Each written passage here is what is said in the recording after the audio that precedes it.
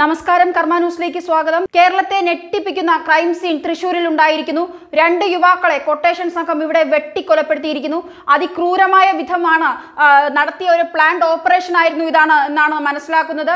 അതിക്രൂരമായ വിധം നടത്തിയ പ്ലാൻഡ് ഓപ്പറേഷൻ ആയിരുന്നു യുവാക്കളെ വെട്ടിക്കൊലപ്പെടുത്താൻ തൃശൂരിൽ ഉപയോഗിച്ചത്. ശ്യാം, ക്രിസ്റ്റി എന്നിവരാണ് കൊല്ലപ്പെട്ടിരിക്കുന്നത്. ഇവർ സഞ്ചരിച്ചിരിക്കുന്ന ബൈക്കിൽ ടിപ്പർ ഇടിച്ചു വീഴ്ത്തിയ ശേഷമായിരുന്നു വെട്ടിക്കൊന്നത്. 24-ന് പുലർച്ചെയോടെ തൃശൂർ മുണ്ടൂരിനടുത്ത് വച്ചായിരുന്നു ആക്രമണം നടന്നത്. യുവാക്കൾ പോയ ബൈക്കിന് പിന്നാലെ കിലോമീറ്ററുകൾ ടിപ്പർ ലോറി പാഞ്ഞുപോയി എന്നാണ് പറയുന്നത്. തുടർന്ന് വഴിമാറി സൈഡ് കൊടുത്തപ്പോൾ ടിപ്പർ ബൈക്കിൽ ഇടിപ്പിക്കുകയായിരുന്നു.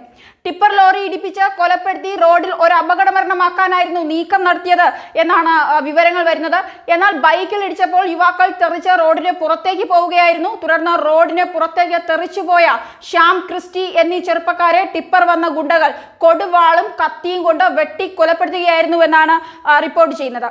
മാത്രമല്ല, തെരഞ്ഞെടുപ്പ് കഴിഞ്ഞ് കേരളം കേട്ട ഞെട്ടിപ്പിക്കുന്ന വാർത്തയാണിത്. രാവിലെ തൃശൂർ ഉണർന്നതും കൊള്ളയും കൊട്ടേഷനും കൊലയും കേട്ടാണ്. ഗുണ്ടാ സംഘങ്ങൾ തമ്മിലുള്ള കുടിപ്പകയാണ് കൊലപാതകത്തിന് പിന്നാലെ ഉള്ളതെന്നാണ് പ്രാഥമിക നിഗമനം. ലഹരി മാഫിയയ്ക്കും സംഭവത്തിൽ പങ്കുണ്ടോ എന്ന് പോലീസ് അന്വേഷിച്ചു വരികയാണ്. കൊല്ലപ്പെട്ടവരുടെ മൃതദേഹം തൃശൂർ മെഡിക്കൽ കോളേജ് മോർച്ചറിയിലേക്ക് മാറ്റിയിരിക്കുകയാണ്. കേരളത്തിൽ നടക്കുന്ന പല റോഡ്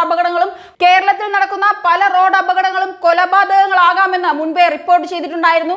ഈ 2 യുവാക്കൾ ടിപ്പർ ലോറി ഇടിച്ച റോഡിൽ തന്നെ മരിച്ചിരുന്നുവെങ്കിൽ അത് വെറുമൊരു അപകട മരണമായേനെ. ഇങ്ങനെ എത്ര കൊലകളാണ് ഇപ്പോൾ കേരളത്തിൽ ദിനം പ്രതി റോഡുകളിൽ അരങ്ങേറുന്നത്. 2015-ലായിരുന്നു കേരളത്തിലെ ഏറ്റവും വലിയ റോഡ് കൊലപാതകം നടന്നത്. കണിച്ചുകുളങ്ങരയിൽ നിന്നും കേവലം 11 കിലോമീറ്റർ വടക്ക് ഒറ്റമശ്ശേരിയിലാണ് വെള്ളിയാഴ്ച വൈകിട്ട് ബൈക്കിൽ ടിപ്പർ ലോറി ഇടിച്ച 2 യുവാക്കളെ കൊലപ്പെടുത്തിയത്. സംസ്ഥാനത്ത് നടന്ന കുറ്റകൃത്യങ്ങളുടെ കൂട്ടത്തിൽ അപൂർവമായ ഒരു കേസായിരുന്നു കണിച്ചുകുളങ്ങരയിൽ നടന്ന കൂട്ടക്കൊലപാതകം. 2005 ജൂലൈ 20-നായിരുന്നു ആ സംഭവം നടന്നത്. എവറസ്റ്റ് ചിട്ടിഫണ്ട് ഉടമ TG രമേശ്, സഹോദരി ലത, ഡ്രൈവർ ഷംസുദ്ദീൻ എന്നിവരെയാണ് ആസൂത്രിതമായി അന്ന് വാഹന അപകടത്തിൽ പെടുത്തി കൊലപ്പെടുത്തിയത്. സിനിമാ കഥകളെ പോലും വെല്ലുന്ന ഈ സംഭവത്തിന് പിന്നിൽ ഹിമാലയ, എവറസ്റ്റ് ചിട്ടി കമ്പനികൾക്കിടയിലെ കിടമത്സരമായിരുന്നുവെന്നാണ് റിപ്പോർട്ടുകൾ വന്നിരുന്നത്. ഹിമാലയ ഗ്രൂപ്പ് ഉടമകളായ സജിത്ത്, ബിനീഷ് എന്നിവർ വാടക കൊലയാളികളെ ഉപയോഗിച്ച കൊലപാതകം നടത്തുകയായിരുന്നു. ഇതിനായി പഴയ ഒരു ലോറി വിലക്കെടുത്തിരുന്നു. കൊല്ലത്ത് നിന്നും എറണാകുളത്തേക്ക് രമേശ് വരുന്ന വഴിയിൽ ലോറി കാത്തുകിടന്നിരുന്നു എന്നാണ് അന്ന് റിപ്പോർട്ട് ചെയ്തിരുന്നത്. രമേശ് സഞ്ചരിച്ചിരുന്ന കാറ് കണിച്ചുകുളങ്ങരയിൽ എത്തിയപ്പോൾ ലോറി മുന്നോട്ടെടുത്തു. കാറിൽ ശക്തമായി ഇടിക്കുകയായിരുന്നു. കാറിലുണ്ടായിരുന്ന രമേശ് ഉൾപ്പെടെ 3 പേരായിരുന്നു അന്ന് മരിച്ചത്. ഒരാൾ ശരീരം തളർന്ന കിടപ്പിലുമായി. അപകടത്തിൽ പരിക്കേറ്റ 2 പേരുടെ മൊഴികളാണ് കേസിൽ വഴിത്തിരിവായത്. അതിന് സമാനമായ ഒരു സംഭവമാണ് ഇപ്പോൾ തൃശൂരും നടന്നിരിക്കുന്നത്. റോഡിൽ അപകടത്തിൽ കൊല്ലാൻ കൊട്ടേഷൻ എടുക്കുന്ന മാഫിയകൾ തന്നെ കേരളത്തിൽ ഉള്ളതായി സംശയിക്കപ്പെടുന്നു.